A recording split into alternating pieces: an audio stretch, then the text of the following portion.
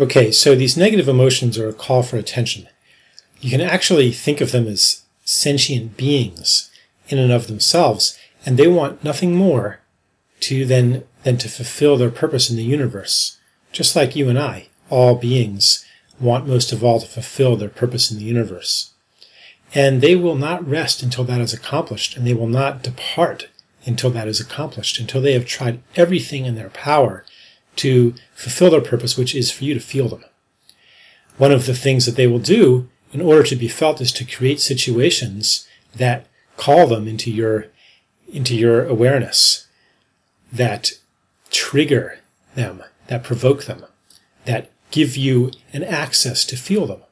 So, for example, if there's an unprocessed, unfelt feeling of shame that wants you to feel it, then it will create humiliating situations in your life again and again and again until you finally can no longer defer it or narcotize it or numb it down or entertain yourself away from it.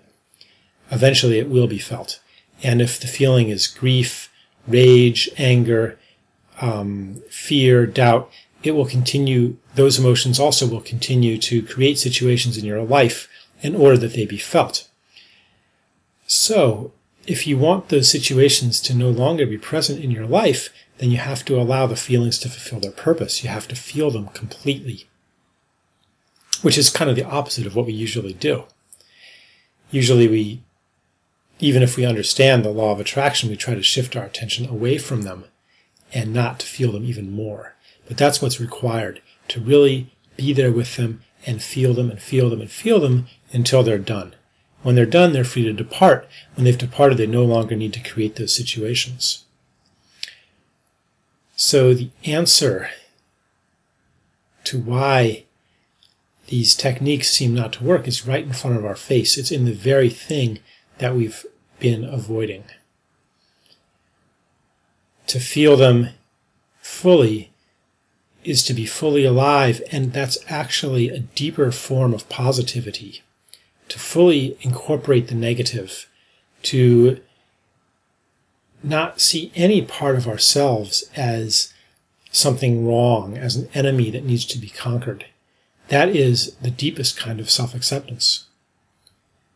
And that's the deepest kind of positivity that says, yeah, everything is okay, everything is as it should be, and I don't need to resist the way things are in order to achieve the life that I want. It's very important to feel the raw feeling itself and not to dwell on the storyline.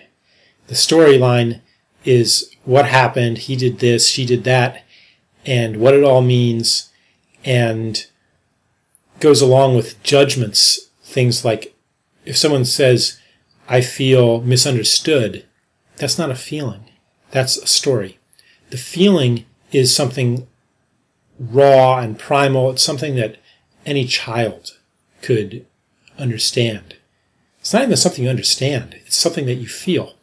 Anger, sadness, rage, grief, frustration, despair, fear, doubt, things like that. Those are feelings. You don't even have to name them, though. All you have to do is to feel them. And when they're felt, and they're felt intensely, eventually they are complete. You'll know when they're complete, at least for now, because they will give way to another feeling, which very often will be serenity or even euphoria. So these feelings are from deep wounds often, and it may take a few times for them to be complete. You originally, many times they originate in childhood, where the wound that was inflicted on you was just too big for you to feel all at once. It would have killed you. So you took part of it and put it away for later. And now the time has come to process it and to feel it.